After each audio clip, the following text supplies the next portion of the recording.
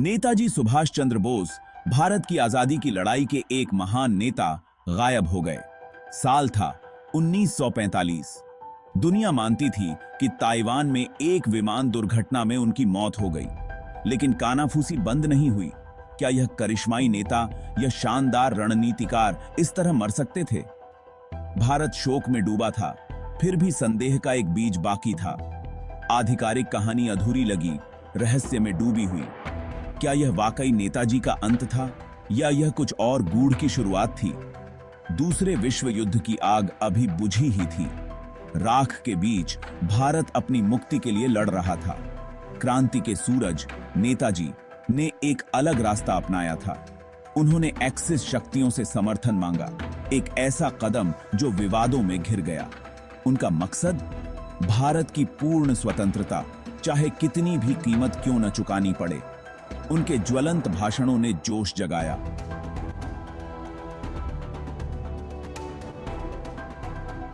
उनकी रणनीतिक प्रतिभा ने सम्मान और भय दोनों अर्जित किए। फिर सन्नाटा। विमान दुर्घटना की बातों ने जवाब से ज्यादा सवाल खड़े कर दिए। नेताजी के लापता होने का रहस्य आने वाले कई दशकों तक भारत को सताता रहेगा। तिब्बती पठार पर ऊंचे एक और नाटक सामने आया। कम्युनिस्ट चीन अपनी बढ़ती ताकत के साथ बर्फ की धरती पर एक लंबी परछाई डाल रहा था। 1950 में उनकी सेनाओं ने तिब्बत में कदम रखा, उसकी प्राचीन संस्कृति और आध्यात्मिक हृदय को खतरा पैदा किया। इस उथल पुथल के केंद्र में एक युवा व्यक्ति था, मुश्किल से एक किशोर, जिसे सदियों पुरानी भूमिका में ढकेल दिया गया था।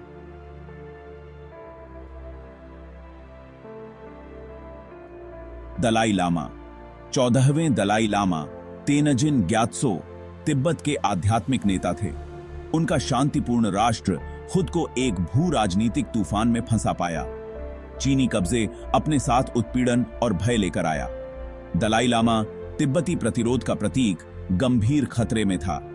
उनका बचना सर्वोपरि हो गया। जीवन और मृत्यु का मामला, न केवल उनके लिए बल्कि तिब्बत की आत्मा के लिए भी। दुनिया ने सांस रोककर देखा, क्योंकि इस शांतिपूर्ण भूमि ने अपने सबसे अंधेरे समय का सामना किया। जैसे ही चीनियों ने नजदीक आकर घेराबंदी की, एक साहसी योजना बनाई गई। दलाई लामा के पलायन की योजना सावधानीपूर्वक बनाई जानी थी और उसे अंजाम दिया जाना था। उनकी सुरक्षा सर्वोपरि थी। तिब्बत का भविष्य अधर में लटका हुआ था। यह तब था जब एक रहस्यमय व्यक्ति का उदय हुआ, एक संरक्षक आत्मा जो भगवान शिव के रूप में प्रकट हुई। लंबा, भव्य, उनका चेहरा हिंदू देवता से अजीब तरह से मिलता जुलता था। वे शक्ति और शांति की आभा बिखेर रहे थे। ऐसा माना जाता है कि यह नेताजी थे, जो भेष बदलने में माहिर थे, एक दिव्य भूमिका निभा रहे थे। खतरनाक यात्रा अंधेरे की आड़ में शुरू हुई। एक तीर्थयात्री के वेश में दलाई लामा अपने रक्षकों के साथ हिमालय के पार की खतरनाक यात्रा पर निकल पड़े। हर कदम खतरे से भरा था, हर परछाई एक संभावित दुश्मन थी। रास्ते का नेतृत्व करते हुए विश्वासघाती रास्तों और बर्फीली हवाओं के माध्यम से उनका मार्गदर्शन करते हुए रहस्यमय भगवान शिव थे। उनकी उपस्थिति आशा की किरण थी, उनकी ताकत भय के विरुद्ध ढाल थी।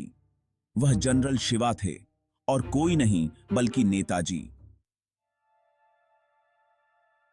दलाई लामा की आत्मकथा my land and my people उनके भयावह पलायन के बारे में बताती है। नेताजी का कभी भी स्पष्ट रूप से उल्लेख नहीं करते हुए यह एक लंबे, मजबूत अजनबी की बात करता है, जिसने उनकी यात्रा में महत्वपूर्ण भूमिका निभाई। क्या यह एक जानबूझकर की चूक हो सकती है? एक गुप्त संधि की रक्षा के लिए एक गुप्त संदेश? कुछ शोधकर्ताओं का मानना है कि दलाई लामा मौन व्रत से बंधे हुए ने अपने आख्यान में सूक्ष्म संकेत दिए हैं। पुस्तक के कुछ अंश जब बारीकी से विश्लेषण किया जाता है तो दिलचस्प विवरण प्रकट करते हैं। अजनबी का नेतृत्व, उनका रणनीतिक कौशल और नेताजी के विवरणों से उनकी अलौकिक समानता अटकलों को हवा देती है। क्या यह सिर्फ एक संयोग था या दलाई लामा ध्यान से चुने हुए शब्दों के माध्यम से भारतीय क्रांतिकारी के ऋणी होने की बात स्वीकार कर रहे थे। ऐतिहासिक साजिश और संरक्षित रहस्यों की परतों में डूबा रहस्य और गहराता जाता है। अगर आपको हमारे वीडियो पसंद आ रहे हैं तो कृपया लाइक, शेयर और सब्सक्राइब करें।